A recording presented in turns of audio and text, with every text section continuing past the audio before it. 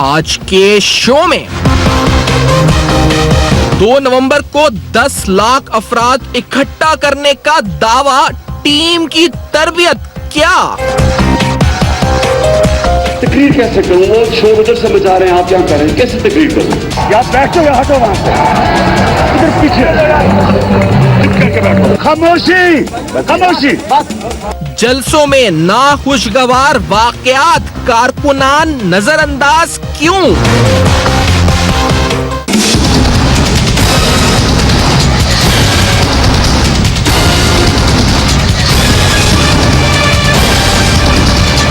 सियासी तकरीबात में बदनज़मी, क्या तहरीके इंसाफ ने सबक सीखा? अस्सलाम वालेकुम। पस पर्दा हकाइक सनसनीखेज इंकशाफात प्रोग्राम बेनकाब, मैं हूं आपके साथ सैफान खान। 2 नवंबर को आखिरकार होगा क्या? कितना बड़ा मजमा होगा?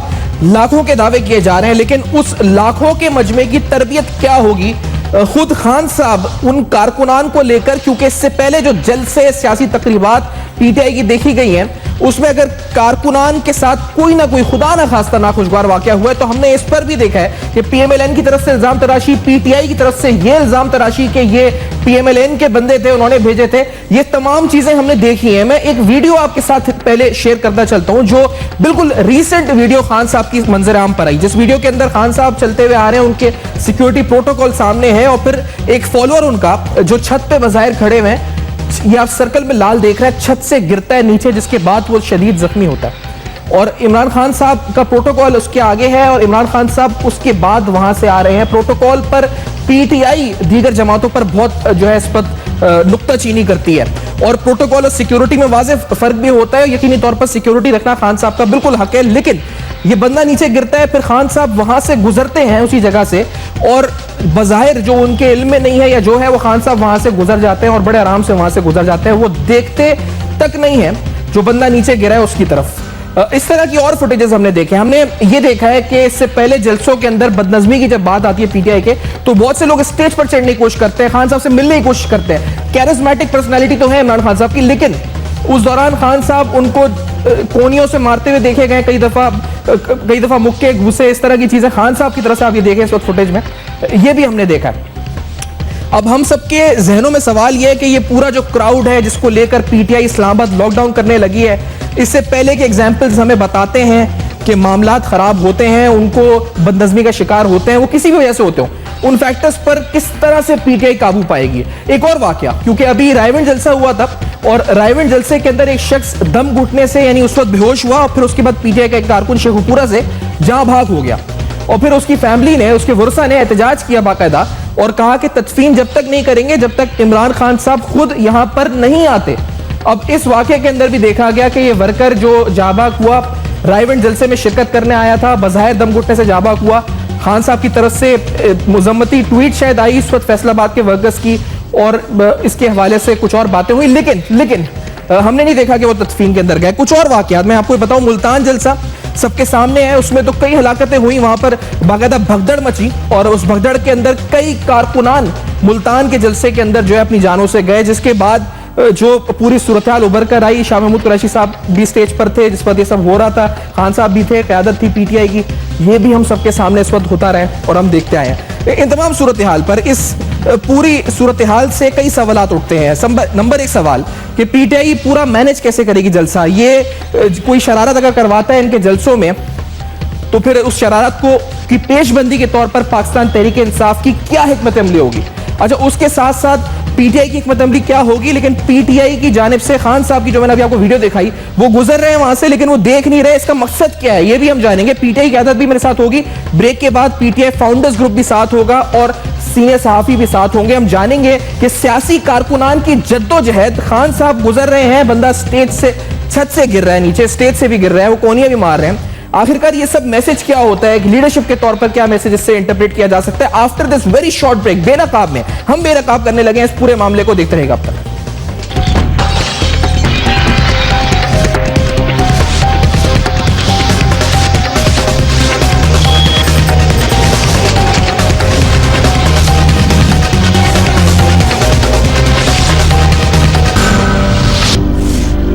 तकरीर कैसे करूं? वो शोर उधर से मचा रहे हैं, आप यहाँ कर रहे हैं, कैसे तकरीर करूं? या बैठो या हटो वहां से, इधर पीछे चुप करके बैठो। खामोशी, खामोशी, खामोशी।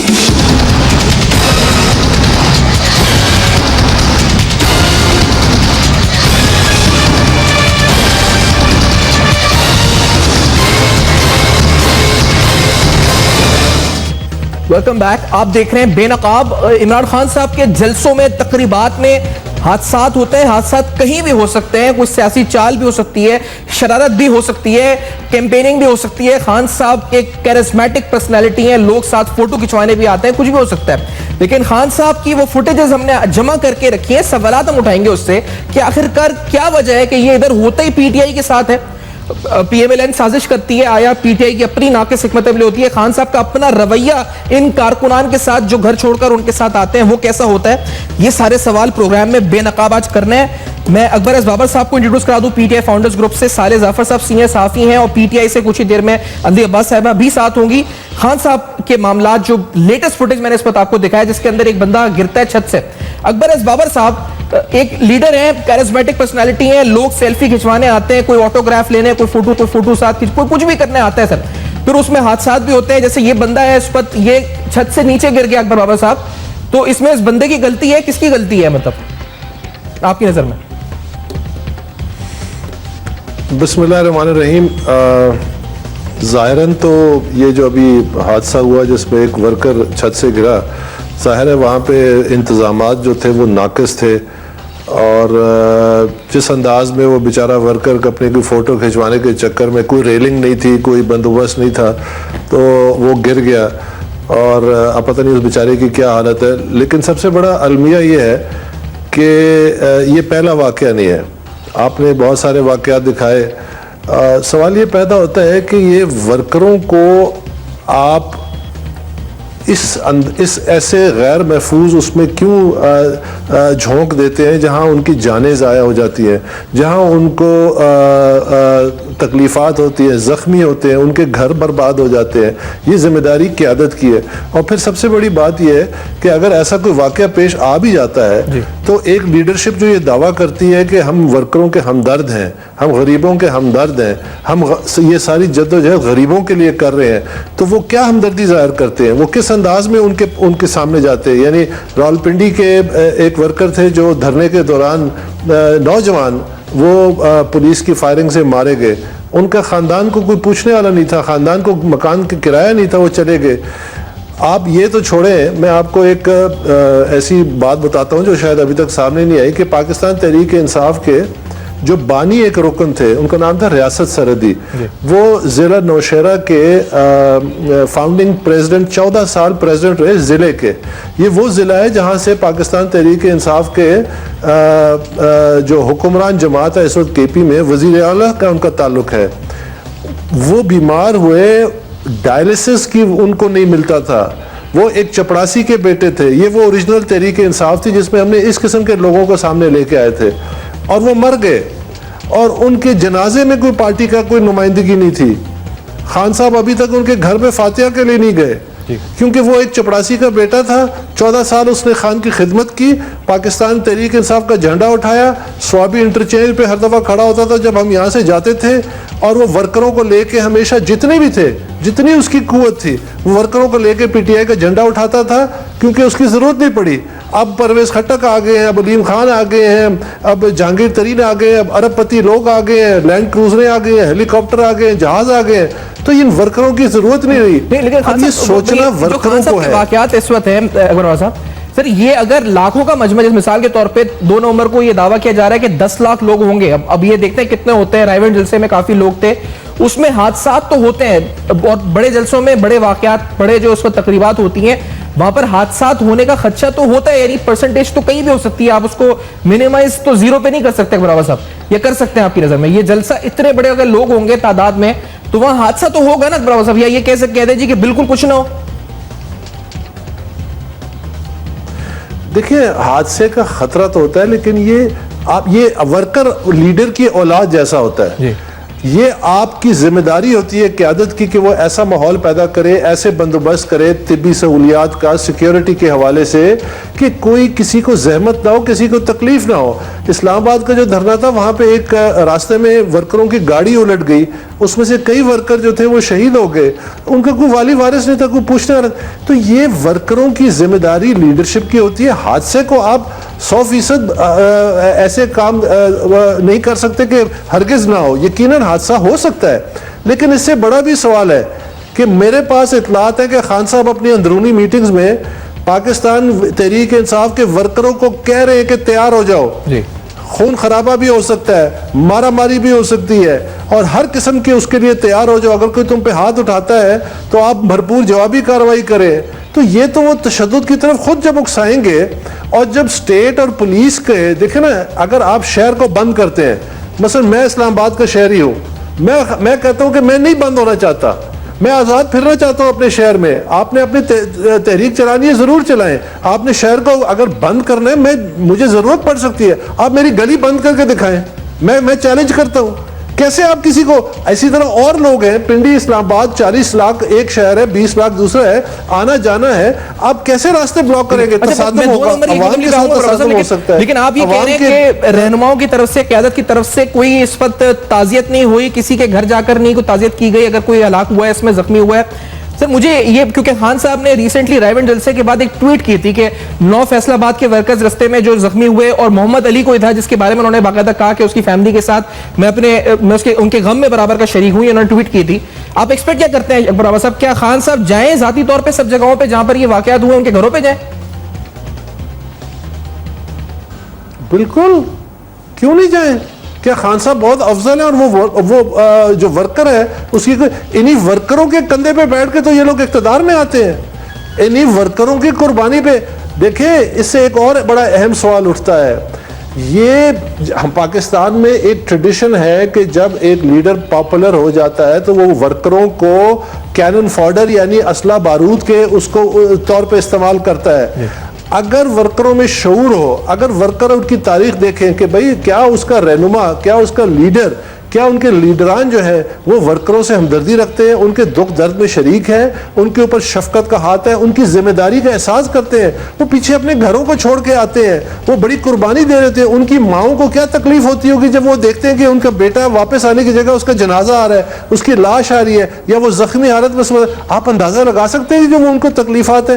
तो ये लीडरशिप, अब ये वर्करों का काम है कि उस माजी को देख के वो फैसला करें कि क्या वो भेड़ बकरी बनना चाहते हैं। देखिए, एक बड़ा अहम सवाल है, वो अहम सवाल ये है कि पीटीआई के वर्कर्स जो हैं, जिस तरह हम थे, हमने नवाज शरीफ के खिलाफ सियासत की, हमने आसिफ जरदारी के खिलाफ सियासत की, हमने पाकिस्तान तहरीक इंसाफ को बनाया इस वास्ते कि हम एक नई जमात बनाएंगे जो तब्दीली लेके आएगी, जो इस रिवायती सियासत से हट के एक बेहतर क़यादत को सामने लाएगी।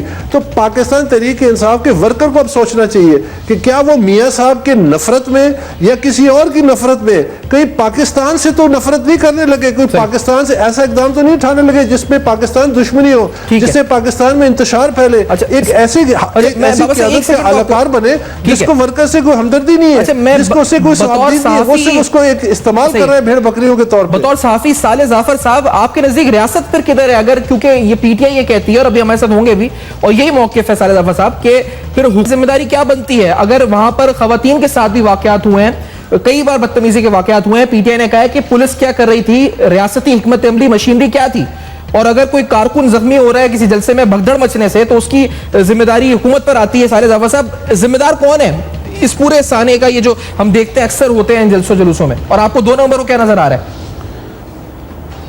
सिफान साहब, ये आपने बहुत अपने इंट्रो में बहुत अच्छी निशानदेही की, कुछ तहरीक इंसाफ को समझने में उससे काफ़ी मदद मिलेगी। और बाबर साहब ने जो कुछ बताया, ये बड़ी तकलीफ़देह बात है कि तहरीक इंसाफ में जो रुझानात हैं उनकी क़यादत के, वो क्या हैं। मैं थोड़ा सा आपको पस मंज़र के तौर पर अर्ज़ करना चाहता हूँ कि तहरीक इंसाफ की जो उठान है वो इनडिसिप्लिन की बेस पर हुई है। आपको याद होगा जब इनका पहला जलसा हुआ था सन 2011 में लाहौर में, तो खान साहब को वहाँ स्टेज पर किबला रू हुए तयन किए बगैर ही नमाज़ पढ़ते दिखाया गया। उसके बाद आपने ये गौर किया होगा, देखा होगा कि जब इनके कारकुन रास्ते में आते थे तो उनके ये लोग धक्के मारते थे, और आपने ये भी गौर फरमाया होगा कि ये खान साहब का जो एटीट्यूड है वो एक ज़हनी मरीज जैसा एटीट्यूड है, उसमें तसल्लत, बर्तरी, बालादस्ती, इस तरह के रुझान आते हैं। आपने उनका लहजा जो गुफ्तगू का होता है, आपने उसमें भी अंदाज़ा लगाया होगा कि उसमें कहीं शराफत, अखलाक और कहीं को सियासी रंग रूप नज़र नहीं आता। ऐसे लगता है जैसे कोई बहुत बड़ा आमिर है जो बैठा हुआ है, नीचे कीड़े मकोड़े हैं, उसके कारकुन नहीं है। तो जैसे आपने ये अभी माजत के साथ में दिखाया है, माजत के साथ कि अब बिलावल भुट्टो जरदारी साहब जब जलसा निकालते हैं यहाँ पर, या फिर बहुत से तो जो एमकेएम के जो अल्ताफ हुसैन साहब तो आए ही नहीं पाकिस्तान, वो वहीं बैठे हुए हैं, बहुत से तो यहाँ आते ही नहीं। यहाँ आते हैं तो मैंने तो नहीं देखा कि किसी को के आके जो है इस वक्त किसी से मिल लो बातें, और या फिर मियां नवाज शरीफ साहब भी, कोई भी इस वक्त है, साले जाफर साहब, ये जो आप ट्रेड्स बता रहे हैं खान साहब के, सिर्फ खान साहब में है क्या, ये औरों में नहीं है? ये सिर्फ खान साहब में ही नजर आते हैं आपको ये साले जाफर साहब? ये सिर्फ और सिर्फ मैं आपको अर्ज करूं, ये मखसूस है सिर्फ इमरान खान के साथ। उनका रवैया, उनका लहजा, उनका चाल चलन, उनके तौर तरीके, उनकी जो गुफ्तगू है, उसमें आपको कहीं सियासत से ज़्यादा जारहियत नज़र आती है, जारहियत से ज़्यादा आमरियत नज़र आती है, आमरियत से ज़्यादा बदअखलाक़ी नज़र आती है। आप देखिए किस लबो लहजे में वो गुफ्तगू करते हैं। मैं खुद हैरान हूँ कि ये जो उनका दहन बिगड़ा है, जो ज़ुबान बिगड़ी है, इसका क्या असर कबूल कर रहे होंगे उनके कारकुन, और क्या आजकल के नौजवान जो बच्चे उनके पैरोकार हैं वो इसका क्या असर कबूल कर रहे होंगे। नतीजा ये निकला है कि घरों में जो लोग, ये बच्चे जो तहरीक इंसाफ से वाबस्ता हैं, वो घर में जो गुफ्तगू करते हैं उनके लबो लहजे में फ़र्क आ गया है। वो अपनी माओं के साथ बदतमीज़ी करते हैं, अपने बड़ों के साथ बदतमीज़ी करते हैं। मैं कोई पूरी तहरीक इंसाफ की बात नहीं कर रहा, मैं उन लोगों को कहता हूँ, उन लोगों के बारे में कह रहा हूँ जो इमरान खान को आइडियलाइज करते हैं। इमरान खान का सबसे बड़ा प्रॉब्लम यह है कि वो ज़ाती तौर पर किसी अखलाकियात को नहीं मानते। मैं आपसे ये पूछना चाहता हूँ कि लंदन में जब इमरान खान तशरीफ ले जाते हैं तो वहाँ इनका क़याम कहाँ होता है? ये किसके घर ठहरते हैं? वो कौन लोग हैं? उनका ताना बाना कहाँ मिलता है? कोशिश करूंगा सर एक सेकंड को, क्योंकि ये जाती नौयत के सवालात हैं, पहले पर्सनल चीजें हैं, इस पे जाना नहीं चाहूंगा। दूसरी बात, क्योंकि अगर पीटीआई से कोई आ जाएगा, क्योंकि कुछ देर में साथ होंगे हमारे साथ पीटीआई के रहनुमा, फिर हम ये जरूर मुफस्सल, ताकि वो जवाब देने का मौका भी मिले, वो बिल्कुल ठीक रहेगा। लेकिन ये मुझे बताएं कि आप जब कह रहे हैं कि इतना बुरा रवैया है, ये जारियाना अंदाज है, एग्रेसिव नेचर है, सर लोग तो पसंद कर रहे हैं इस एग्रेसिव नेचर को। बज़ाहिर अगर लोग इनकी कॉल पर बाहर निकल जाते हैं, जो बज़ाहिर किसी और ने तो इतना बड़ा जलसा नहीं किया रायवेंड वाला, जो हमने ना मैंने मौलाना फजल रहमान साहब को देखा, ना पीएमएलएन को देखा, ना एमक्यूएम, ना पीटीआई, ना किसी और ना जमात को देखा जो प्राइवेट में जलसा कर सके या इतनी कॉल दे सके अकेले तनतना। ये सब लोग पसंद कर रहे हैं जारियाना रवैये को। जी सेवान साहब, गुजारिश ये है कि इस मुल्क में जहाँ जमहूरियत और सियासत है, वहाँ लोगों की तकसीम हो जाती है। वो लोग अपने आप को एक पार्टी और एक ग्रुप के साथ अटैच कर लेते हैं। उनकी जब एफिलिएशन हो जाती है, फिर उनकी एक मरहला ऐसा आता है कि वो उनकी मजबूरी बन जाती है, वो उसके बगैर फिर गुजारा नहीं कर सकते। अब ये देखिए ना, बाबर साहब भी तो इसी तहरीक इंसाफ में थे ना, आज वो कहाँ खड़े हैं? एक अकेले बाबर साहब नहीं है, इनके साथ सैकड़ों लोग हैं जिन्होंने इमरान खान के इसी तर्ज अमल की वजह से उनको खैरबाद कह दिया है, और आज ये वो उनको बेनकाब करने के लिए आपके बेनकाब प्रोग्राम में आए हुए हैं। तो गुजारिश ये है कि ये एक तकसीम होती है, जो लोग एक तरफ चले जाते हैं, फिर उसके बाद उनकी मजबूरी हो जाती है, फिर एक स्टेज वो आती है कि जब उन लोगों को फिर छोड़ना शुरू कर देते हैं। मैं आपको ये अर्ज़ करना चाहता हूँ, ये गलतफहमी निकल जानी चाहिए कि इमरान खान की पॉपुलैरिटी में या मकबूलियत में इजाफा हो रहा है। इमरान खान की एक्सेप्टेंस में बहुत बुरी तरह कमी आ रही है, और उसके सबूत आपके सामने मौजूद हैं। इलेक्शन के नताइज आपके सामने मौजूद हैं। ज़िमनी इंतखाबात जितने हुए वो सब हार गए। सिर्फ पंजाब में नहीं हारे, वो कश्मीर में भी हारे हैं, वो केपीके में भी हारे हैं, वो केपीके में भी हारे हैं। उसके अलावा लोकल बॉडीज के इलेक्शन हुए, उसमें वो हार गए। कंटोनमेंट के इलेक्शन हुए, उसमें हार गए। तो मैं आपको ये बताना चाहता हूँ कि ये वही इमरान खान हैं जो जिनके बारे में ये तस्वर किया जा रहा था, जब वो तस्वर फैला रहे थे, ठीक है तो पाकिस्तान की मेजॉरिटी पार्टी बनेंगे। सही। अच्छा, एक बात अकबर बाबा साहब आपकी तरफ लाते हुए, क्योंकि ये जो लोग इस पर जिनको हम दिखा रहे हैं, आप क्या किसी ऐसे कारकुन से राब्ते में है? जिस तरह आपने 2-3 का हवाला दिया, सवाबी का हवाला दिया, रावलपिंडी का हवाला दिया अकबर बाबा साहब, क्योंकि आपके राब्ते में है ऐसे कारकुनान जो इस तरह से गिरे थे, हादसों में जख्मी हुए, और आज उनको कोई पूछता नहीं है अकबर बाबा साहब? जी यकीनन ऐसे बहुत से कारकुन हैं। एक फैसलाबाद से एक कारकुन है जिनके पैर में अभी भी एक गोली है जो निकाली नहीं जा सकती।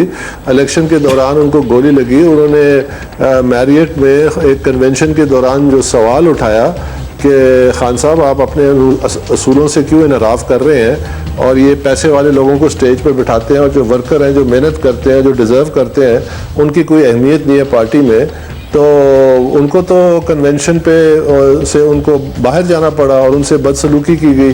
तो ऐसे ऐसे बहुत सारे मिसालें मौजूद हैं जहाँ पे, लेकिन सबसे बड़ी बात यह है कि देखें सियासत का मकसद क्या है। हमने जो सियासत की थी, हमारा मकसद था कि हम एक नौजवान नस्ल को तरबियत देंगे, हम उनको एक पाकिस्तान को बेहतर पाकिस्तान बनाने के लिए, उसमें बदअखलाकी का कोई गुंजाइश नहीं थी, उसमें करप्ट लोगों की कोई गुंजाइश नहीं थी, उसमें जोर आवरी की कोई गुंजाइश नहीं थी। हम दलील और दलाइल और हकायक और बहस के जरिए लोगों को तरगीब दे रहे थे कि हमारी पार्टी में आए। अब वो नौजवान तो बेचारे देखे ना, एक नई नस्ल आई हमारे पास, अब ये लीडरशिप की जिम्मेदारी थी। आज जो आपको नजर आते हैं, पढ़ा लिखा तबका तो दूर हटता जा रहा है, मिडिल क्लास जो है वो दूर हटता जा रहा है, बैरून मुल्क पाकिस्तानी जो है वो पाकिस्तान तहरीक इंसाफ से दूर हटते जा रहे हैं। अब एक नौजवान तबका है जो जज्बाती है, इमोशनल है, उनकी स्लेट पे पहली दफा सियासत जो लिखी वो हमने तहरीक इंसाफ ने लिखी। और लेकिन अफसोस की बात यह कि जब अमली तरबियत का वक्त आया तो हमने उनकी तरबियत नहीं की, इसीलिए आपको स्टेज पे केओस नजर आता है, इसीलिए आपको ये धक्कम पेल नजर आती है। और ये नाकामी लीडरशिप की है, ये जो कुछ हो रहा है ये लीडरशिप की एक नाकामी का एक पहलू है। ठीक है अकबर साहब, मुझे ब्रेक की तरफ बढ़ना है। मैं इस ब्रेक के बाद तरबियत नहीं दे सके, एक ब्रेक के बाद अकबर जाफर साहब, साले जाफर साहब और अजीज बात भी करेंगे, क्योंकि ये जो पूरा सिनेरियो है, बाबर साहब कहते हैं जिम्मेदारी सरासर क़यादत की है। जो कुछ स्टेज पर होता है, अगर कोई बंदा गिरता है, जख्मी होता है, उसे कोनी मारते हैं खान साहब, तो वो कहते हैं अकबर साहब जिम्मेदारी क़यादत की पहले है, रियासत की बाद में है। क्या वाकई में यही हिकमत अमली है? यही बात है। बेनकाब करेंगे कुछ और अहम खबरें। मैं अहम खबरें इसलिए कह रहा हूं कि इस्लामाबाद से अहम खबरें 2 नवंबर के हवाले से कि कौन कौन धरने में शामिल हो सकता है। आफ्टर दिस ब्रेक देखते रहेंगे अब तक।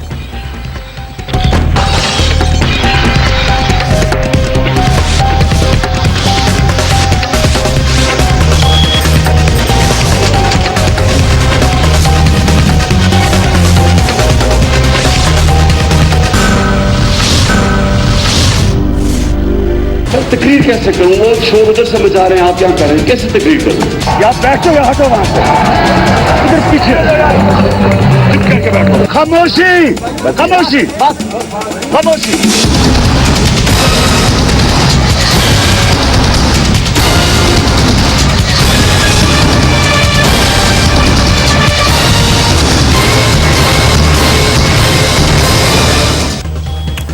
Welcome back. आप देख रहे हैं बेनकाब। अहम तरीन सवालात 2 नवंबर की तैयारी पर भी हम आने लगे हैं सेगमेंट में। मेरे साथ अंधी अब्बास साहिबा, पाकिस्तान तहरीक इंसाफ की सीनियर रहनुमा, इस वक्त ऑन कॉल मौजूद है। साले जाफर साहब, अकबर बाबर साहब प्रोग्राम में मौजूद हैं। अंधी अब्बास साहिबा, आपकी तरफ पहले आते हुए, खान साहब का एक फुटेज हमने रिसेंट देखा जिसके अंदर एक कारकुन जो बज़ाहिर उनकी कैरिज्मेटिक पर्सनैलिटी है, लोग आते हैं साथ फोटो खिंचवाने के लिए, कोई कुछ करने, वो छत से गिर के नीचे आ जाता है, खान साहब वहां से गुजर जाते हैं। फिर उस पर बड़ी तनकीद सोशल मीडिया पे अंधी अब्बास साहिबा हो रही है कि क्या ये एक आम आदमी के लीडर हैं कि वो प्रोटोकॉल के साथ आ रहे हैं, आदमी छत से गिर रहे हैं, वो उसको देख भी नहीं रहे। अब्बास साहिबा, what is the message here? एक तो अगर आपने ये वाली फुटेज दिखाई है तो फिर आपने वो वाली फुटेज नहीं दिखाई जिसमें वो माँ जो है वो कदमों में पड़ रही है और कोई ऐसा लीडर है जो कि जाके चाय पी रहा है करोड़ों लोगों में, जो कि उतर के अपनी जीपों से खेतों में से जा रहा है और वहां पहुंच रहा है अपने, उससे कोई लीडर दुनिया का बता दे, स्पेशली पाकिस्तान का, जिसके आगे पीछे 50 गाड़ियां ना हो। बाकी फुटेजेस क्यों नहीं दिखाते आप? ये फुटेज दिखाते थी, वो ऑब्वियसली उनको नहीं पता चला होगा, he must have gone ahead. ऐसी क्या बात है? अगर आपने बात का पतंगर बनाना है तो आप किसी चीज का भी बना सकते हैं। नहीं अंधी साहबा, एक आदमी अगर आपका कारकुन है अंधी साहबा, अगर वो गिरता है, गिर के जख्मी होता है, उसके बारे में मतलब आप लोगों ने पता किया कि वो बंदा कौन था, उसको क्या चोटें आई, वो किधर है इस वक्त? मैं ये एक आपसे इसलिए पूछ रहा हूं क्योंकि 2 नवंबर को आप बहुत सारे लोग लेकर आएंगे, आपका जो प्लान है बिल्कुल ठीक है, आपकी नीयत भी ठीक होगी, आप बिल्कुल करप्शन का खात्मा करने आ रहे हैं। चला कि उनका कारकुन गिर गया है। What is the plan? ये और भी अफसोसनाक है कि अगर उनको नहीं पता चला, आपको पता है ये कौन था? अफसोसनाक बात है। आप मेरी बात पूरी सुनेंगे या बीच में नहीं, आप बोले, आपने मुझसे सवाल पूछा, मैंने जवाब दिया, मैंने कहा आप ये कौन है आदमी, मैं ये पूछना चाह रहा हूं, आपको ये उनके इल्म में नहीं था, आप लोगों ने बाद में पता किया कौन है ये? मैं ये आपको कह रही हूँ कि कोई बंदा हो सकता है जो कि कारकुन के घर जाए, उसके बच्चों के साथ बैठे, उसके हर बंदे के साथ बैठे, और खान के अलावा ये कोई नहीं कर सकता। ये कोई शहबाज शरीफ नहीं है कि जी वहाँ जाएगा और वो टोपी पहन के और बूट पहन के और वहाँ निकलेगा तो पता चलेगा वो कैंप भी मिट गया है, वो हॉस्पिटल भी मिट गया है, वो बंदे भी नहीं थे। ये सागदार नहीं है कि जी बेस्ट IMF कहे कि जी ये इन्होंने पैसे दे के अवार्ड लिया हुआ है। ये कोई एहसन इकबाल नहीं है जो कि चीफ जस्टिस को कहेगा कि और चीफ जस्टिस को अपनी, ये कोई दानियाल अजीज नहीं है जो कि पहले मुशर्रफ की गोदी में बैठ के और गालियां निकालता रहा सागदार को, और आप सारे दिखा रहे हैं, और आज बैठ के उसी पार्टी के सबसे बड़ा अलमबरदार बना हुआ है। तो ये कोई मुनाफकत नहीं, वाहिद लीडर है, आपको पता है पाकिस्तान का हर सर्वे के अंदर कि सबसे सच्चा, सबसे खड़ा होने वाला और सबसे ज्यादा अवामी लीडर है। तो आप किस बात की बात करें? एक फुटेज उठा के जो जैसे आपने किया था कि कोई चाह रहा है उसको कोई कौन ही मार दे, और वो इतने बड़े हजूम में, क्योंकि आप रेंट अ बॉडी, जो रेंट अ बॉडी होते हैं ना, रेंट अ बॉडी, पटवारियों वाले जो जुलूस होते हैं जिनके अंदर आपने आपने अभी एक जिक्र किया वालदा का, ठीक है, आपने बड़ी, मैंने यही बोला जी, आप ये सारी क़यादत के अंदर होगा, लेकिन सर खान साहब को तो अब्बास साहब लोग डिफरेंट तरीके से देखते हैं। यानी बिलावल भुट्टो जरदारी हो, अल्ताफ हुसैन तो लंदन में बैठे हुए हैं, प्राइम मिनिस्टर ये नवाज शरीफ साहब हो, आपने इसाक डार का नाम, जो भी आपने नाम लिया अब्बास साहब, खान साहब एक नई सियासत का दावा करते हैं। एक आपने और वालदा का जिक्र किया, तो शेखुपुरा के एक कारकुन की वालदा का रीसेंट स्टेटमेंट आया, उन्होंने कहा कि तदफीन जब तक नहीं करूंगी जब तक खान साहब नहीं आएंगे, जो रायवन जलसे में हार्ट अटैक से एक शख्स का हलाकत हुई थी। तो अंदी साहब, ये वाकयात जो जलसों में होते हैं ये हर बड़े मजमे में हो सकते हैं, ये कोई एक्स्ट्राऑर्डिनरी बात नहीं, लेकिन इस पर क़यादत का रिस्पॉन्स क्या होता है, ये सवाल आपसे है, ताकि 2 नवंबर को हम अंदाजा लगा सकें अगर ऐसा खुदा ना खास्ता कुछ होता है तो आपकी पार्टी की, क्योंकि खून रेजी की बातें हो रही हैं, इस तरह की बातें आप लोग कर रहे हैं। अलीम साहबा, पहली बात तो ये कि मैं सख्त मजम्मत करती हूँ, हमारी पार्टी हमेशा पुरअमन रही है।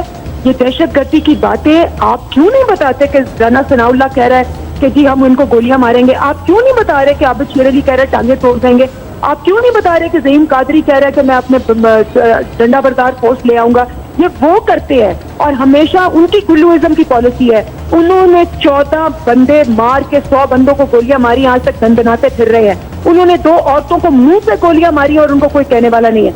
आप इसको उठाएं, आप इन चीजों को उठाएं कि जी एक बंदे को कोनी लगी, एक बंदे को ये लग गया, एक बंदे को वो लग गया। और अभी नहीं अली साहब देखिए, सेंसरशिप तो आप क्या कह रही हैं कि मीडिया खान साहब की अगर पॉलिटिक्स से मुतल्लिक कोई चीज है तो उसको डिस्कस ही ना करे, कि we should only focus on government. और हम करते हैं बिल्कुल, पंजाब हुकूमत के 2-3 बड़े मामला 2-3 दिनों में उठाए हैं। ऑरेंज लाइन ट्रेन का मंसूबे का उठाया है, उनकी जो पॉलिसी चल रही है आपके कंटेनर लगाने की उसको उठाया है, लेकिन अगर कोई गलती यहां हो रही है अब्बास साहब तो उसको रेक्टिफाई कौन करेगा? मतलब आपसे तवक्को रखेंगे ना कि आप रेक्टिफाई करेंगे उसको? पहली बात तो ये कि हमारी क़यादत जो है, और अब सुन ले, बीच पे इंटरप्ट नहीं करने, क्योंकि मुझे पता है 2 लोग उधर बैठे हुए हैं और वो मतलब एक पूरा एक महाज है, मुझे भी पता है क्या हो रहा होगा। मैं तो वहां नहीं हूँ स्टूडियो में, मैं तो फोन पे हूँ।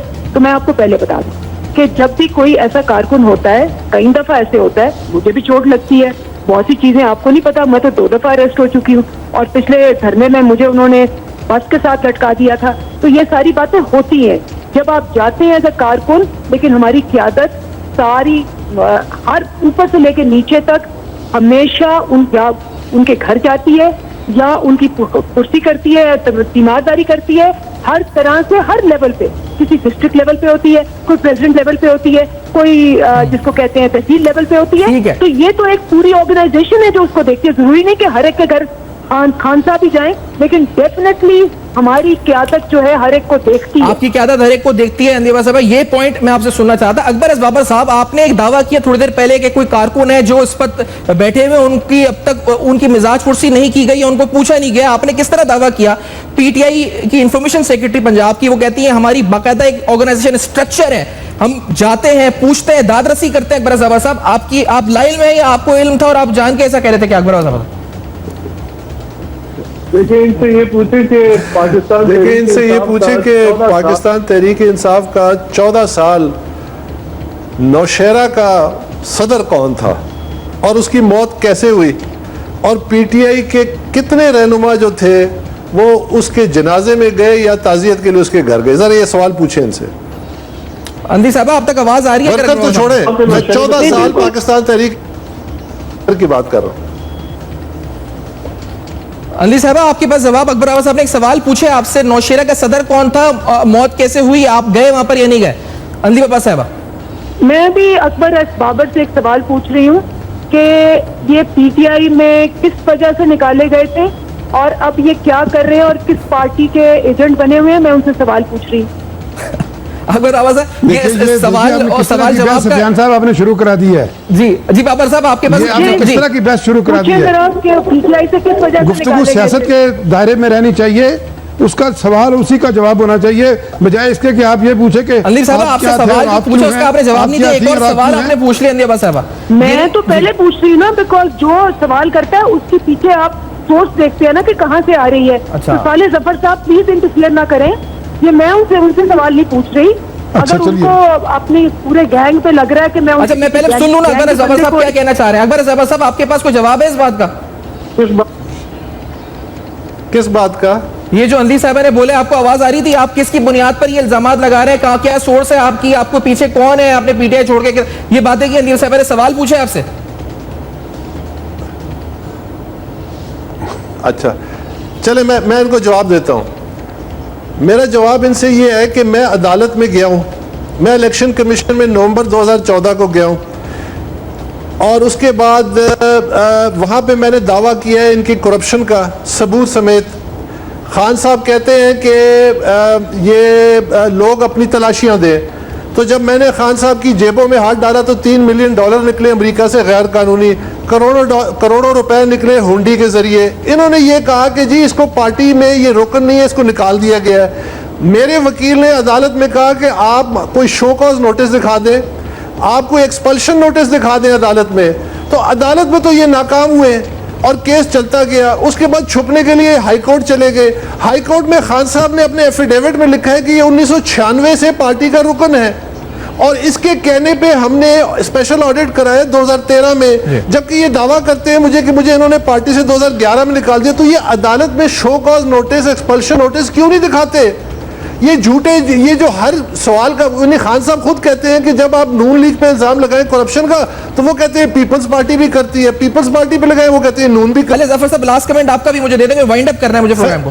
जी नहीं, मुझे इनसे एक सवाल कर रही है। आज बड़े पीटीआई की दावेदार बनती है। अच्छा, आवाज आ रही है आपको? पीटीआई का पहला मरकजी दफ्तर किधर था? मैं मौका दे रही हूँ कि इनको पार्टी से जिस वजह से निकाला गया था और जिस पार्टी के अब ये तर्जुमान है वो तो सबको पता है। और साले जफर साहब का मैं कुछ नहीं कह सकती क्योंकि मुझे पता है कि जिस तरह से वो बोल रहे हैं आवाजें कहाँ से आ रही है और ये मेरा मौकफ है। नहीं, आवाजें कहाँ से आ रही है क्या मतलब ये बात साहबा? अंजलि साहबा, आपकी लाइन ड्रॉप हो गई, आप क्या कह रही थी, कहाँ से आवाजें आ रही, क्या मतलब? नहीं, जी। जो लाइन ड्रॉप नहीं, वो छोड़ के भाग गई हैं। अच्छा, साले जफर साहब छोड़ के, सर हम दोबारा ट्राई कर लेते हैं उनको। साले अकबर बाबा साहब, आप क्या कहना चाह रहे थे? क्या वो कहती मुझे आवाजें आ रही हैं, क्या हो रहा है क्या नहीं हो रहा? अकबर बाबा मैं ये साहब कह रहा हूँ कि ये अंदलीब अब्बास जो है, इससे कोई पूछे कि पाकिस्तान तहरीक इंसाफ का पहला मरकजी दफ्तर किधर था, कि पाकिस्तान तहरीक इंसाफ का पहला आइन किसने बनाया, कि पाकिस्तान तहरीक इंसाफ 2002 में मुझे कितनी वाइंड अप सीटें करना है, जीती मुझे और वाइंड अप कौन, करना है, इनको इसी तो नोट पर। अलिफ बे नहीं पता।